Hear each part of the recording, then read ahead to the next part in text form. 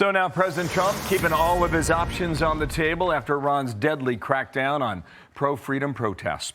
One report estimating 2,700 may have been killed. Wow.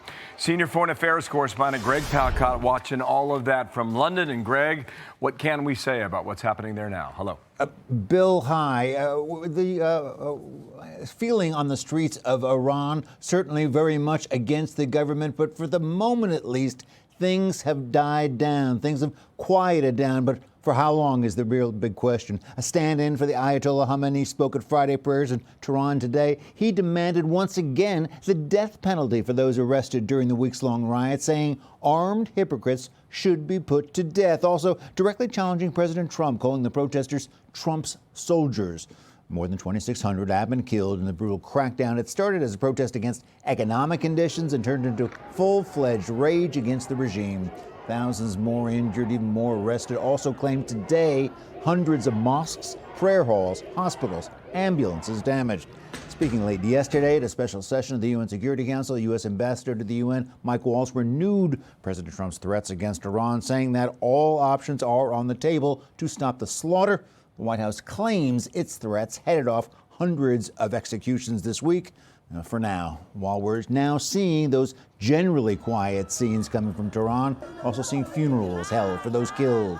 There are reports of at least scattered unrest, more arrests, and what has also been keeping a lid on things, a nearly complete shutdown this week of the internet, making visuals very hard to come by. And finally, Bill, Fox News confirming more U.S. military assets are being drawn to the region. It's been reported that could include an aircraft carrier group just in case things kick off again, and President Trump wants to act. Watching it by the hour. Greg, thank you. Reporting in London, Greg Palkot. And as protests continue to rage across Iran, the U.S. is preparing for potential military action, moving an aircraft carrier to the region. U.S. Ambassador Mike Waltz repeated America's commitment to protect the pro-freedom protesters at an emergency UN meeting. President Donald J. Trump and the United States of America stands by the brave people of Iran. Period. You will hear many today from the Iranian regime and from its friends. The regime is solely responsible for the economic misery of the Iranian people and the repression of their freedom, and they will be held accountable. Dan Senor is a former foreign policy advisor in the Bush administration. He's host of my favorite Call Me Back podcast.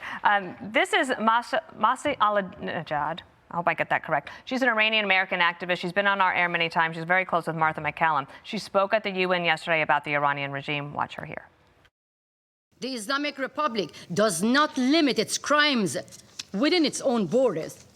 They kill their opponents at home and target those who expose their brutality abroad. Here, even here, on U.S. soil. And every corner of the world. Let me be very clear. The Islamic Republic behave like ISIS, and the Islamic Republic must be treated like ISIS. There's been a lot of maybe hopes for the Iranian people that are protesting that America was on the way, help was on the way. Has that moment passed them by? I don't think it's passed by. It's just uncertain whether or not it will be there. I still tend to think it will be there. I think this is a once-in-a-generation opportunity. This is like a 1989 to 1991 moment for the Middle East, meaning that the hegemon of the Middle East had been Iran. It's been under enormous external pressure over the last 2 years. Its proxy system that had been building up throughout the region, Hezbollah, the Houthis, Hamas have been largely wiped out. Its client state in Damascus, in Syria, the Assad regime is gone. Its nuclear program is all but gone. So it's been facing extraordinary external pressure, and now it's facing this internal pressure, and that's sort of a perfect storm with a country that's being led by an 86-year-old leader who's been in power, for almost 40 years. And so he's weak and isolated, and this is a genuine bona fide popular uprising from the people.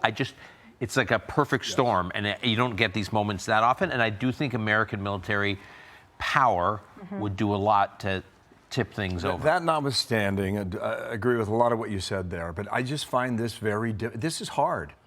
And it's almost like you had to take action before they hit the streets and went into protest. And if you listen to Jack Keane earlier today, and many have suggested this, you need members of their secret police force to flip and join the side of the protesters. And so far, that hasn't happened. And typically that part, when you have a security apparatus that is so loyal to the regime, so loyal to the supreme leader, that is very hard to pull off. Look, Iran is facing enormous economic pressure, something like 50% inflation. If you think about inflation on food, it's closer to 70%. Enormous economic pressure. But the security apparatus has a lot of staying power. They can, and that particularly the Basij, the secret domestic forces that suppress the citizens, and then the IRGC are very loyal to the regime and to the supreme leader. Still. And so it's going to be very hard to get them to flip.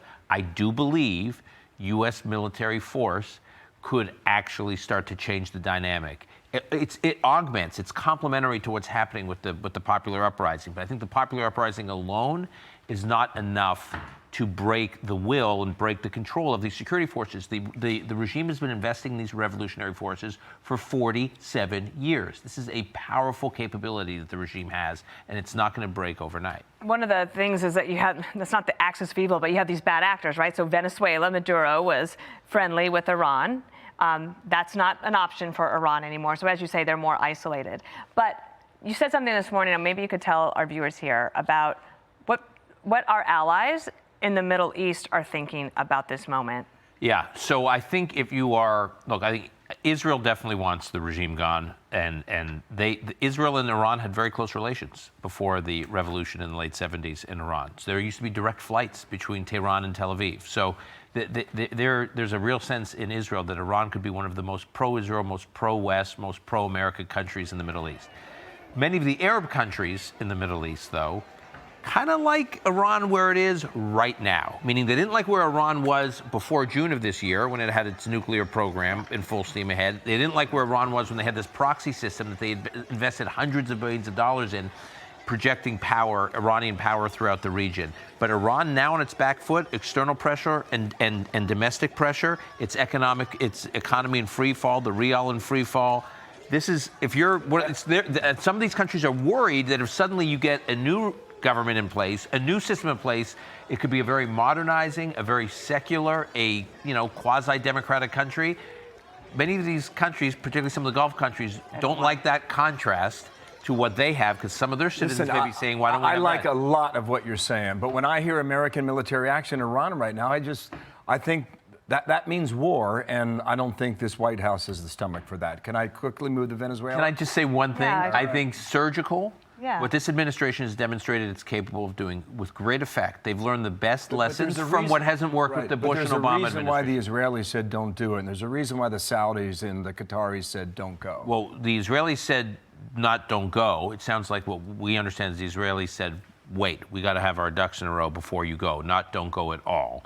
And again, I think the other actors in the region have other incentives, which is that they're not sure, they like this Iran, where it is right now, paralyzed and in free fall, rather than what could follow it. So I think this administration between Venezuela and Iran so far in this administration, the first administration, what they did to Soleimani, they are capable of very focused, targeted, in and out military operations. Quickly on Venezuela, do you think it's holding? Do you think it's developing the way that we expected? I think it's developing in a positive direction. I think the administration is still figuring out what should succeed Maduro, as we've been seeing in the press today.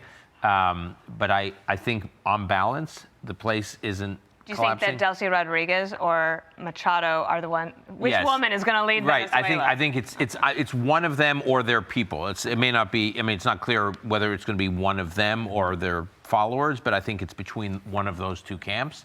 And look, this is a region that Secretary of State Rubio really, really understands. He's been the driving force of the foreign policy strategy and the kind of decision making as it relates to Venezuela. And I think it's like I said, who knows if it's going exactly how we thought it would go, but directionally, I think it holds, right? And I think it's quite an accomplishment already, what the administration has done with Venezuela. Thank you, Dan. Dan Senor. All right. Around the world with Dan Senor. Hey everyone, I'm Emily Campagno. Catch me and my co-hosts Harris Faulkner and Kaylee McEnany on Outnumbered every weekday at 12 p.m. Eastern, or set your DVR. Also, don't forget to subscribe to the Fox News YouTube page for daily highlights.